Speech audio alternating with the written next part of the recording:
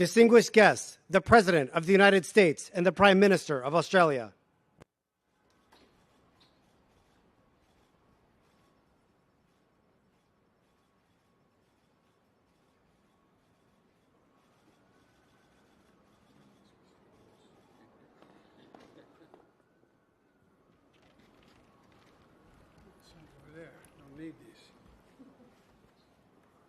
Hello, folks. Mr. Prime Minister, we've been in close touch since the moment you came into office. Please sit down, I'm sorry. Since you came into office, and we've met all around the world. And now it's wonderful to have you by my side here at the White House, and as we advance our alliance even more than has already been advanced. It's strong now, it's getting stronger. Before I get to the progress Australia and the United States have made today, I want to say just a very few words about the situation in the Middle East. The anger, the hurt, the sense of outrage that the Israeli people are feeling after the brutally inflicted devastation by Hamas is completely understandable. Israel has the right, and I would add responsibility, to respond to the slaughter of their people. And we will ensure Israel has what it needs to defend itself against these terrorists. That's a guarantee. We also have to remember that Hamas does not represent, let me say it again, Hamas does not represent the vast majority of the Palestinian people on the Gaza Strip or anywhere else. Hamas is hiding behind Palestinian civilians and is despicable and, not surprisingly, cowardly as well. This also puts an added burden on Israel while they go after Hamas. But that does not lessen the need to operate in a line with the laws of war. For Israel has to do everything in its power. Israel has to do everything in its power, as difficult it is to protect innocent civilians. And it's difficult. I want to thank the Israelis and the Palestinians, and President Sisi of Egypt for working with the United States to make sure that food, water, and medical supplies are getting through to innocent people in Gaza. The flow needs to increase, and we're working very hard with our partners to make that happen. We're also working around the clock together with our partners in the region to secure the release of hostages, and including American citizens left behind and held by Hamas, and the safe passage of foreign nationals out of Gaza, not just Americans, but Australians and a whole range of people who are trapped in Gaza. I also want to take a moment to look ahead toward the future that we seek. Israelis and Palestinians equally deserve to live side by side in safety, dignity, and peace. There's no going back to the status quo as it stood on October the 6th. That means ensuring Hamas can no longer terrorize Israel and use Palestinian civilians as human shields. It also means that when this crisis is over, there has to be a vision of what comes next, and in our view, it has to be a two-state solution. It means a concentrated effort from all the parties, Israelis, Palestinians, regional partners, global leaders, to put us on a path toward peace. In the past few weeks, I've spoken to leaders throughout the region, including King Abdullah of Jordan, President Sisi of Egypt, President Abbas of the Palestinian Authority, and just yesterday with the Crown Prince of Saudi Arabia, about making sure there's real hope in the region for a better future, about the need, and I mean this sincerely, about the need to work toward a greater integration for Israel, while insisting that the aspirations of the Palestinian people will be part of that future as well. I'm convinced one of the reasons Hamas attacked when they did, and I have no proof of this, just my instinct tells me, is because of the progress we were making towards regional integration for Israel and regional integration overall. And we can't leave that work behind. And one more word on this.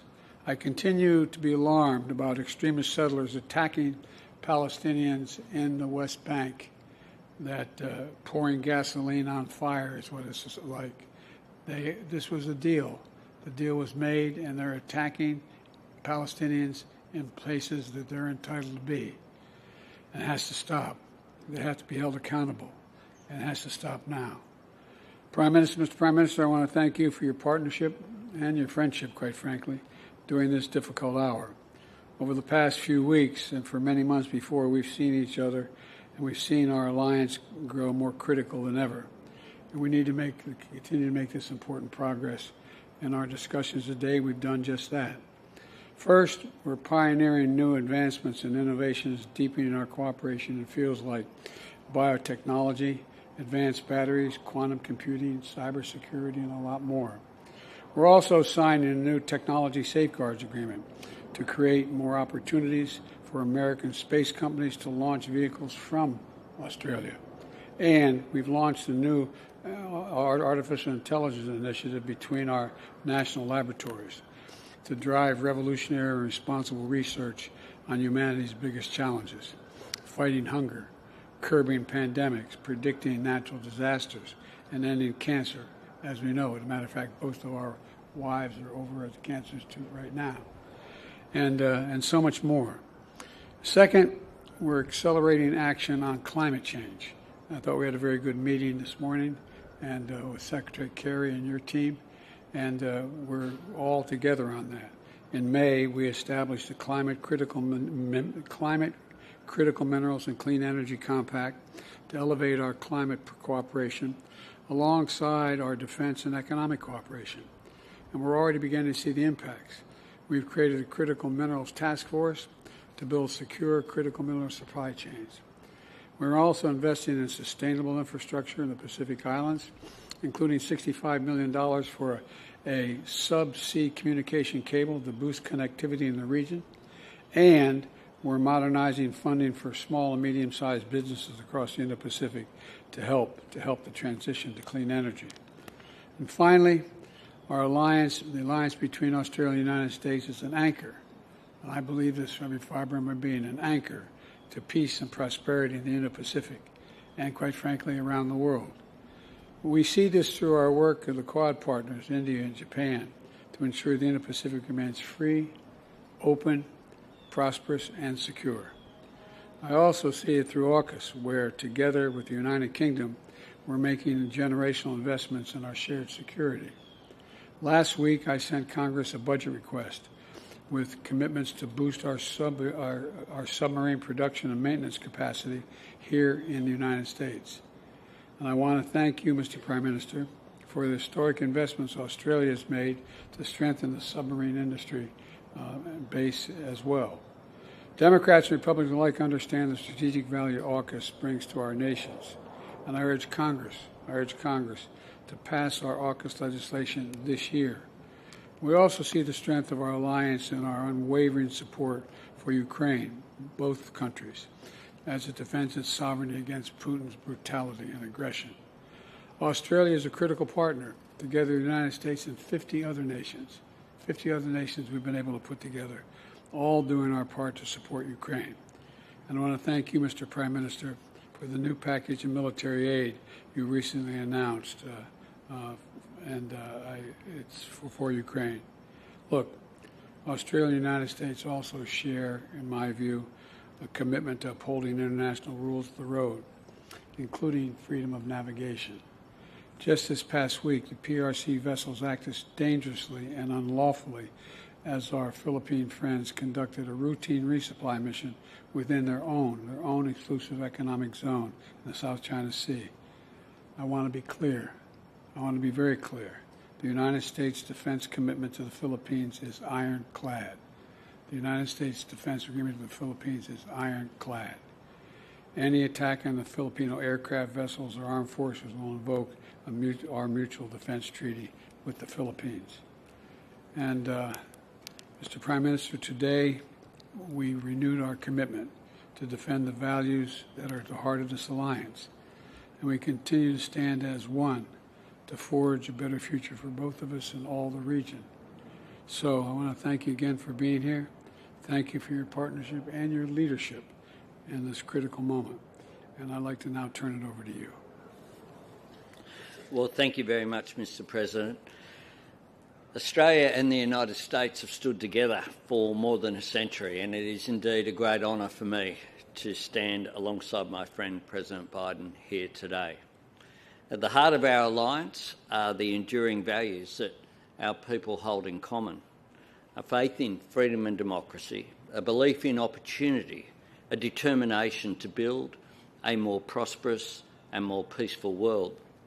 Those values are timeless, and they have never mattered more than right now. That's why the relationship between Australia and the United States has never been more important. And of course, it has never been stronger than it is right now. We work together to promote peace and security across the Indo-Pacific, to uphold the stability which has generated unprecedented economic opportunity for the nations and the people of our region. For Australia, this is about investing in our capability and investing in our relationships. Today, President Biden and I discussed the progress being made on Australia's acquisition of nuclear-powered, conventionally armed submarines, which we announced with Prime Minister Rishi Sunak in March in San Diego. We are conscious that this is only the second time in history that the United States has shared this technology. And this fact speaks to the deep trust of our alliance and the significance of the challenge that we face together. Australia appreciates the administration's efforts to operationalise AUKUS and work with Congress to pass the legislation needed to realise our AUKUS ambitions. And I certainly appreciate once again, Mr President, your call for this legislation to be passed this year. AUKUS will drive innovation and cooperation to provide the United States, Australia and the United Kingdom with improved capability to help secure peace and stability in the Indo-Pacific. Our cooperation is already unlocking transformative opportunities for jobs and skills and research, from Virginia to South Australia to Western Australia. Australia and the US have a strong and growing partnership in new technology, from medical research to AI, and I join President Biden in welcoming Microsoft's $5 billion additional investment in Australia, which we announced this week here in Washington. The President and I agree that innovation is vital to addressing the environmental challenge of climate change and seizing the economic opportunities of clean energy.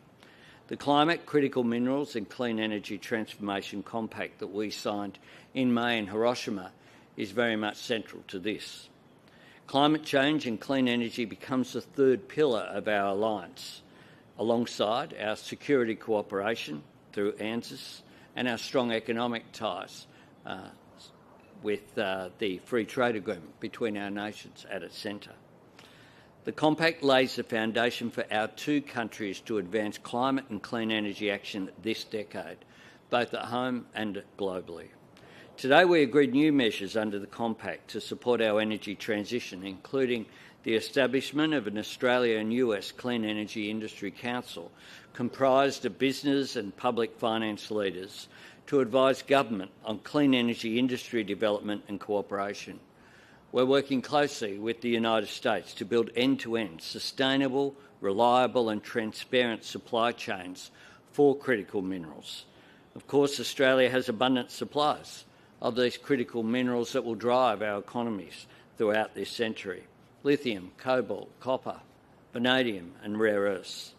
We want to connect that with American markets, investors and technology in a way that creates new jobs and opportunities for industry and workers in both of our nations.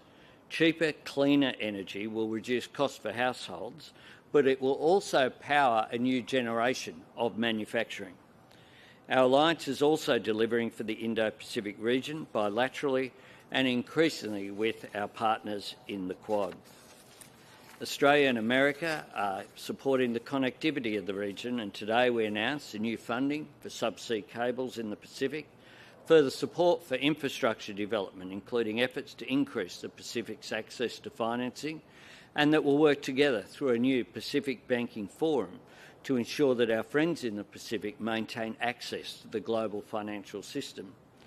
Today we also discussed our joint position opposing Russia's illegal and immoral invasion of Ukraine. Australia stands with Ukraine, and President Biden welcomed the package of further assistance that I announced yesterday. This will provide Ukraine with additional military assistance, utilising the innovative technology that's produced by Australia's defence industry partners. Finally, of course, last night and again today, we spoke about the situation in Israel and Gaza. Australia unequivocally condemns the terrorism of Hamas. We grieve for the loss of every innocent life, whether that be Israeli or Palestinian. In times of crisis, respect for international humanitarian law is paramount. It is a recognition of our common humanity, and I commend the President for his leadership that he has shown in the example that he has set. Today I announce that Australia will provide an additional $15 million in humanitarian assistance for civilians in Gaza. This adds to the $10 million Australia has already committed and will help deliver life-saving assistance such as emergency water and medical services. The friendship between Australia and the United States was forged in hard times. We've served and sacrificed together in the cause of peace. We've helped each other through natural disasters. Australians and Americans share a rich history, but we always have our eye on the future. We're united by a determination to overcome the challenges that we face, and we share an ambition to seize those opportunities which lay ahead of us. Ours is indeed an alliance in which we celebrate what we've achieved up to now, but we focus on the future, a future of great opportunities, one that's stronger because of this alliance. All right, we'll take a few questions now. Mr. Garrison, USA Today. Thank you, Mr. President and Prime Minister Albanese. Welcome to Washington. Mr. President, I want to ask about the conflict, the war in the Middle East. 24 U.S. troops have been injured during 10 drone or rocket attacks on bases in Iraq and 3 in Syria over the past week. You've told Iran to, quote, be careful as your administration tries to prevent the Israeli-Hamas war from expanding into a larger Middle East conflict. But should Americans be worried that the war already is escalating? And after you answer that question, I'd like one more follow-up, please. One or two more, huh? Joey, look, we have had troops in the region since 9/11 to go after ISIS and prevent its reemergence in both, anyway, in the region, having nothing to do with Israel at all. My warning to the Ayatollah was that if they continue to move against those troops, we will respond, and he should be prepared. It has nothing to do with Israel. Well, let me ask my follow-up here. I want to discuss. Oh, here we go. Yeah, your conversations with Prime Minister Netanyahu, who obviously you've known for decades, and you had a very emotional trip there last week to Israel. Have you sought assurances from him that he will hold off on a ground invasion into Gaza until the safe release of the hostages can be assured? And, of course, those include 10 unaccounted for Americans. No. What I have indicated to him is that if that's possible to get these folks out safely, that's what he should do. It's their decision. But I did not demand it. I pointed out to him, if it's real, it should be done. Thank you. But aren't these hostages in jeopardy if there is a ground invasion? You want to make a speech? No, look, obviously they're in jeopardy. The question is whether or not there's any way of getting them out. If we can get them out, we should get them out. Prime Minister Albanese, and welcome again to Washington. President Biden canceled his May trip to Australia because of debt ceiling talks in Congress to avoid a first-ever default here in the U.S. More recently, congressional action has stalled as House Republicans try to pick a speaker. However, it does appear, since we've been out here, that the House has elected a Congressman, Mike Johnson from Louisiana, to that role. But are you worried that the gridlock in Washington will hold up the transfer of nuclear-powered subs to Australia as part of the AUKUS agreement? And are you concerned more broadly that the dysfunction makes the U.S. Less reliable partner? I regard the United States as a very reliable partner, and I regard the relationship that I have with the President as second to none of the relationships that I have around the world, or indeed domestically for that matter. It's a relationship of trust, and I think this visit symbolises that. This is the 9th visit that I've had with President Biden. I got to meet President Biden when he was Vice President Biden just next door here some years ago. And I'm very confident in the discussions that I've had with Democrats and Republicans that there is very broad support for the AUKUS arrangements and that there will be support for the legislation going forward. And I think that would be a very good thing. It is in the interests of Australia, but it's also in the interests of the United States. And everyone that I have spoken to, similarly in the United Kingdom, across the political spectrum, are all supportive of the AUKUS arrangements. We in Australia have managed to get it so we get one question each. So, yeah, good try. But Channel 10 Australia. Get him, Jojo. President Biden, just staying with AUKUS. AUKUS is in many ways your creation. It's Australia's largest ever defence deal, and Prime Minister Anthony Albanese has gone all in. Can you give a personal guarantee that you can get all the necessary legislation through Congress and lock in this deal, essentially future-proofing it, before the end of this presidential term? Do you know anyone in elective office can give a personal guarantee that happens? Well, we'd like you to try. No, I'm going to try, and I believe it will get done. Look, last week we requested $3.4 billion in supplemental funds to boost submarine production and maintenance to meet U.S. needs and also support AUKUS. Australia is making a significant investment in the United States in its ability to produce submarines as part of this deal. And more importantly, it's important that Congress move quickly. And the fact is that I'm confident that we can get this done because you remember when we put the deal together, the response of Democrats and Republicans in the United States, the response around the free world was this is a very, very good thing, a very good thing. So the question is not if, but when. And Jojo told us that we got a new speaker, or likely to have a new speaker. I hope that's true, because we have to get moving. We have to get moving, and so I'm confident that we are going to be able to get the money for AUKUS because it's overwhelmingly in our interest. When we put together the deal, I was asked by Xi Jinping, were we just trying to surround China? I said, no, we're not surrounding China. We're just making sure that the sea lanes remain open. He doesn't unilaterally be able to change the rules of the road in terms of what constitutes international airspace and water space, et cetera. And so that's what this is all about. It's about making sure we have a close, and it's in addition to the fact that we put together the Quad, which they didn't like. The Quad is a very important piece as well. It's about maintaining stability in the Taiwan Straits, the Indian Ocean, that whole area. And I think it's going to increase the prospects for long-term peace rather than anything else.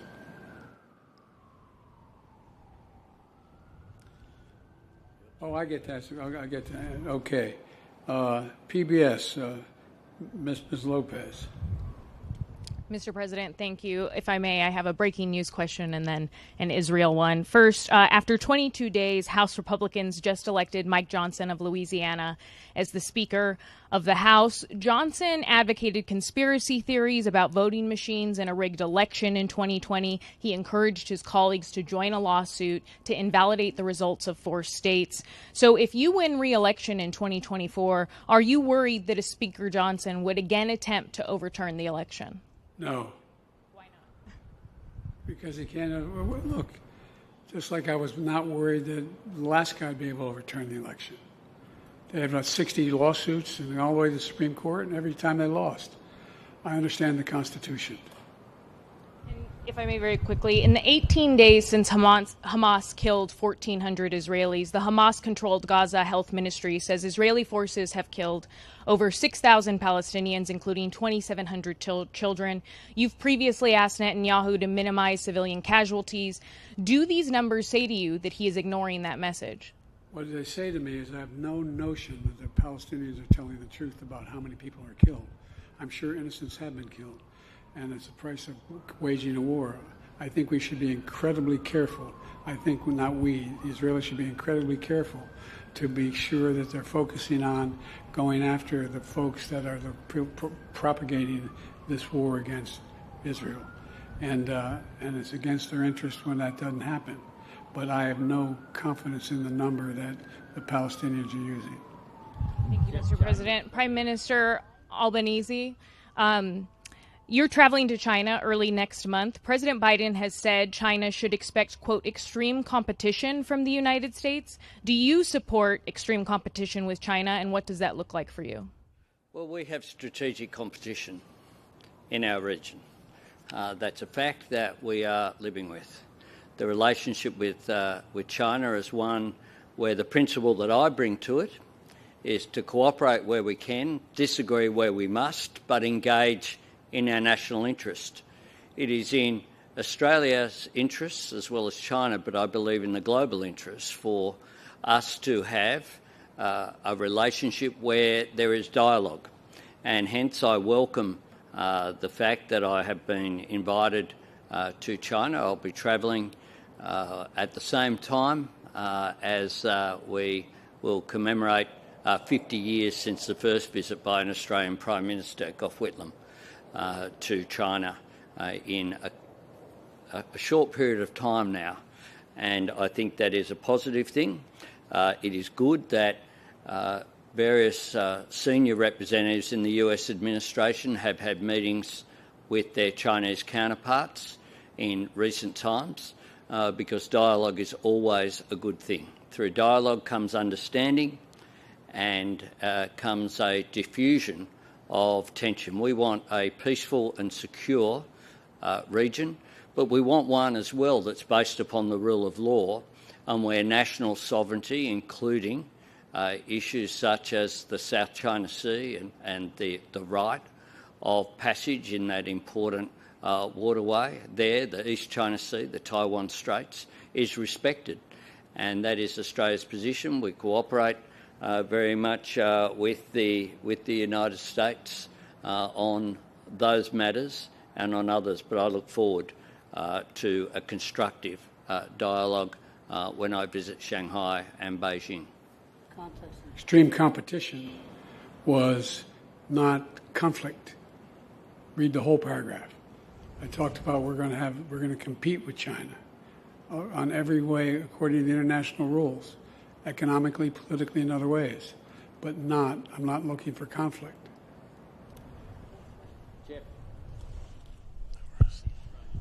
Yeah, Jeff Chambers from The Australian. President Biden, as mentioned, Prime Minister Albanese flies to Beijing next Saturday to meet the Chinese President and Premier. Your administration has raised deep concerns over a very long period of time about the Chinese Communist government's aggressive coercion and intimidation tactics, maritime claims in the South China Sea, as we've seen with the situation with the Philippines, state-sponsored cyber attacks. Last week, we heard from the spy chiefs talking about theft of intellectual property on an industrial scale, and obviously human rights abuses.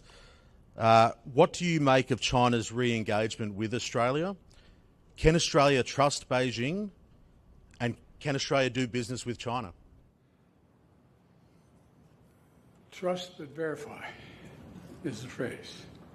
And look, China is having their own internal and external difficulties right now. China's economic growth is stagnant compared to what it was. China has engaged in activities that Russia and many other activities that others have engaged in terms of intimidation and dealing with other countries. But the fact is that I have met with Xi Jinping more than any other world leader has. I've had over 68 hours of private meetings, he and I, with simultaneous interpreters, starting back when I was vice president, because it wasn't appropriate for a president of the United States to be meeting with the vice president. So I traveled 17,000 miles with him. And I've subsequently, in addition to that 68 hours, I've also had another, they tell me they keep meticulous contact, another, I think, 12, 15 hours of discussions, just he and I. And I think that he is realizing that there are, for example, this Belt and Road Initiative, Well, we're going to compete on that, and we're doing it a different way. The Belt and Road Initiative has ended up debt in a noose for most of the people who have signed on. We are working with our G7 partners to provide infrastructure for the very nations that they're trying to deal with. We want to, for example, at the G20, we were able to act on a proposal I had to build a railroad all the way from Riyadh, all the way through the Middle East, Saudi Arabia, Israel, up through Greece, and then across, not the railroad, but pipeline across the Mediterranean up into Europe.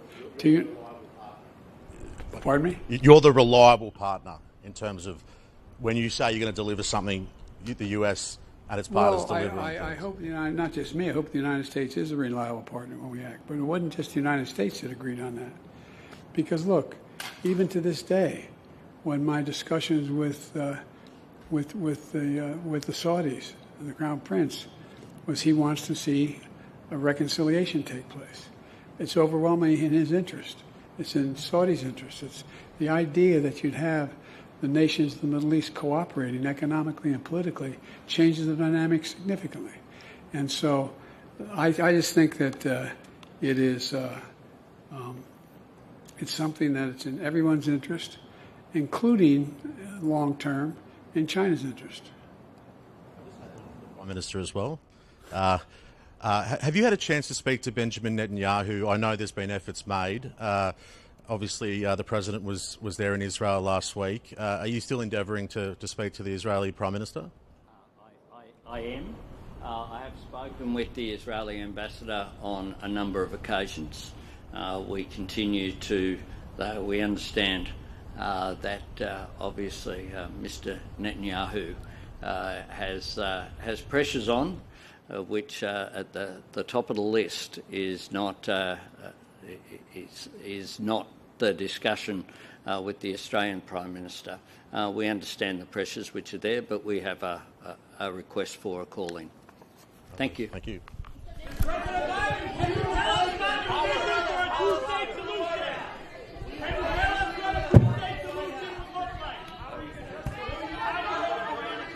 Thank you, everybody.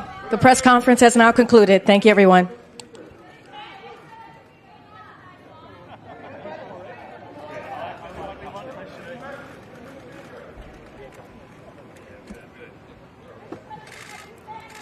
Joint projects announced today in mind-boggling. Solar, space,